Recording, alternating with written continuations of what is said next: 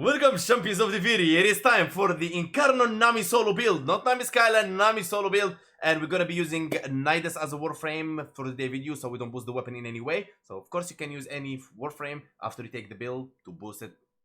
You know, Zeta Wisp, Eclipse, whatever you decide. Alright, let's start. We're gonna fight level 195 Heavy Corrupted Gunners, and thanks to the E for this latest update of making us have the Steel Path in Simulacrum. Big love. It reduced a lot of time. Okay, so to activate the Incarnon weapon, the Incarnon form of this weapon, you have to reach 6 combo multipliers, and then you do the heavy attack. You know the heavy attacks that you do? Heavy attacks? There you go. So, let's collect enemies around. And boom, boom, boom. As you can see down on the right, we have the light on. You see that light? Means you can activate the Incarnon form. And oh my god, we're already doing red crits. That's the first try. Now let's do it again with 12 combo multipliers. Boom, boom, boom. Here we are. Check this out. Unbelievably strong weapon. And guys, this is without priming. Imagine priming those enemies. It's gonna get super crazy really quick. And now, because I listened to your feedbacks, you said, Hank, when you use Nidus, please show us the build, the weapon hitting enemies like single targets like this, so we have an idea what's the damage, what is this, what is that. There you go, guys. So you have the idea that you asked for. Now the weapon gonna get extra melee damage on Incarnon form and gonna get more range, which is very powerful, and I love it. I hope one day Nami Skyla Prime get this amazing perk that's gonna make it god in the game amongst gods. Alright, so that's that. Now let's start from Nidus. Nidus, we have of course the arcanes and the aura. Steel charge, melee weapon damage increase 60% melee damage. Fury and a strike for melee damage and attack speed. That's that. No other boosts.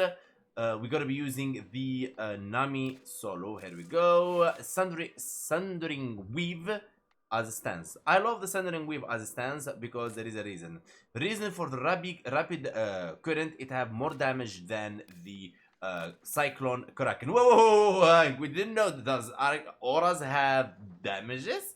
That's gonna be for another video. It's too long to explain, but just use the Sundering Weave if you're gonna go stance like shooting, hitting normally. Alright.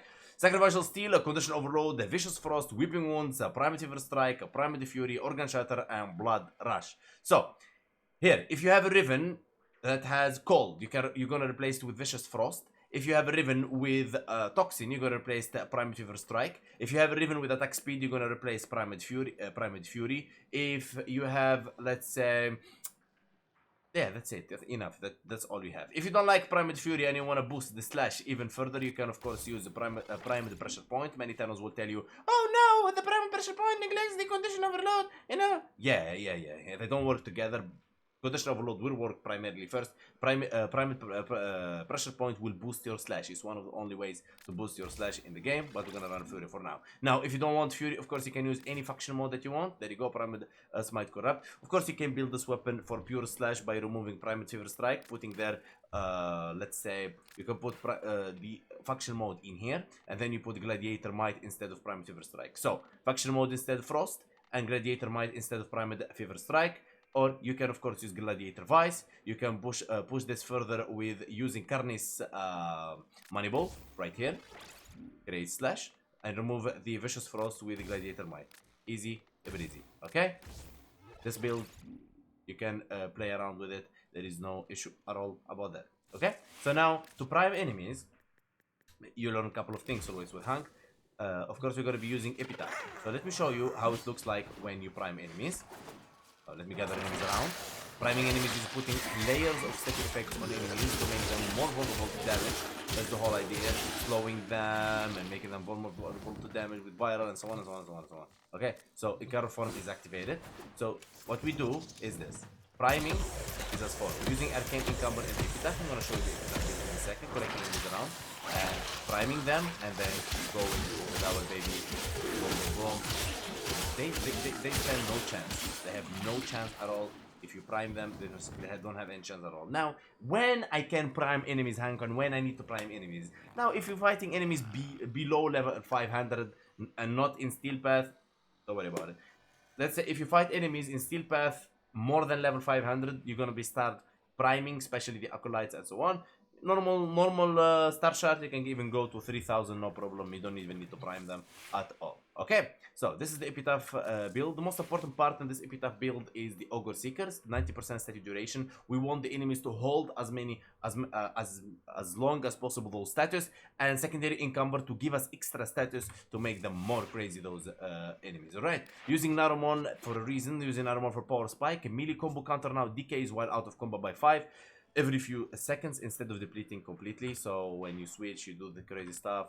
There you go. Sedo, of course, to prime enemies is very good weapon to prime enemies as well. And proc slash.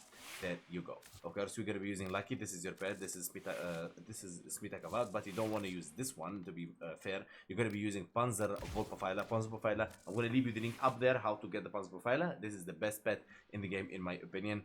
You're gonna love it. I promise you that. All right. I think we need to talk about the Incarnon. Okay, now before we talk about the Incarnon and the evolutions, I want to show you something. This second evolution on increased damage by 80 on equip plus 30% attack speed for 4 seconds. You know what it means, right? There you go. Breached Frenzy, you see that? So it means when you switch, boom, you get the idea, right? You're gonna increase your attack speed for 30. Switching. And I hope DE fixes this little bug where it doesn't show. It becomes like a black little like square. Look at that. Go. Switching. See that?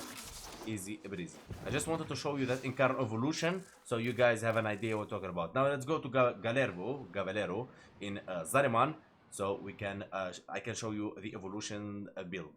Let's go. Alright, here we are at Gavalero, and we go all the way, Nami Solo. Alright, so here we go, reaching 6 combo and then heavy attack to activate Incarnon form, plus 3 range, mamma mia, 100% melee damage, 20% sprint speed. This can benefit from it, like if you want to push vault speed and so on. It's very good.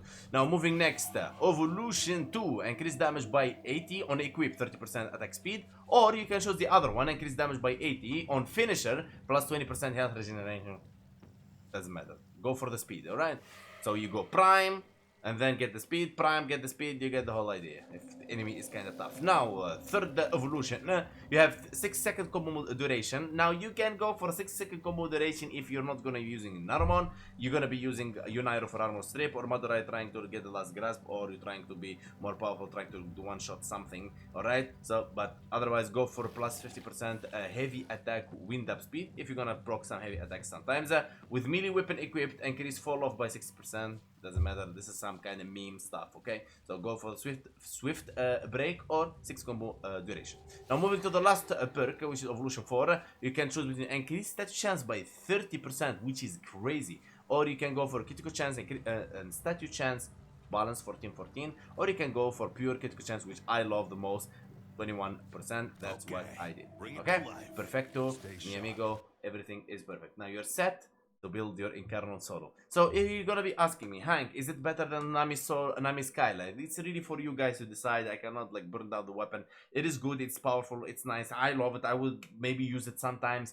But to be honest with you guys, as much glaive is around, and I love glaive and I enjoy glaive, going for those weapons sometimes when I'm bored, right? But if you're a new player and you don't have glaive, this weapon is for you 100%. And I feel DE taking the melee weapons for this specific thing, taking it like into new beginners approach, since they can just play the VD, they do the VD experience, and they start unlocking the steel path, and now they can get the Incarnons from the circuit. I see DE what they're doing, which is very good for new players. They come, they get the Nami Solo in Incarnon form, which is very powerful, can compete with the Nikanas. I see it's a very smart plan that you're doing for new players. Welcome all new players. So guys, don't forget to sub, comment, and like, and hit that comment so you tell me what you think about this weapon. Do you think you're gonna try it, or do you think it's just more of a beginners or new players friend? We have Discord, the link is on the description. Big love to you all. Let me know what should be the next video. Peace and love.